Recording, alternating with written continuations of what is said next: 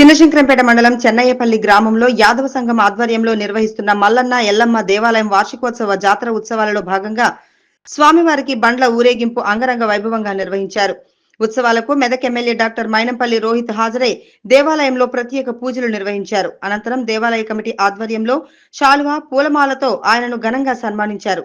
ఈ సందర్భంగా ఆయన మాట్లాడుతూ మల్లన్న ఎల్లమ్మ దేవతల కృపా కటాక్షాలతో ఈ ప్రాంత ప్రజలతో పాటు నియోజకవర్గ ప్రజలంతా కూడా సుఖ సంతోషాలతో ఉండాలని, వర్షాలు సమృద్ధిగా కురిసి పాడి పంటలు బాగా పండాలని ఆయన స్వామివారిని కోరుకున్నట్లు తెలిపారు.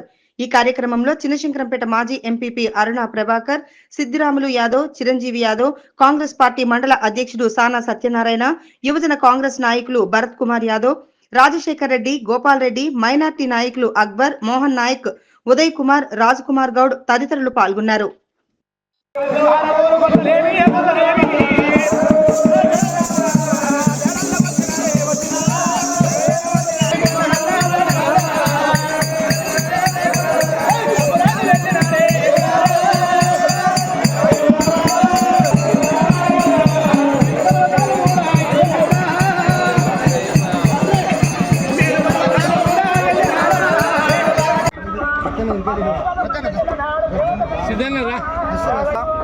చెన్నైపల్లి గ్రామంలో మల్లన్న అదేవిధంగా ఎల్లమ్మ జాతరకి రావడం జరిగింది.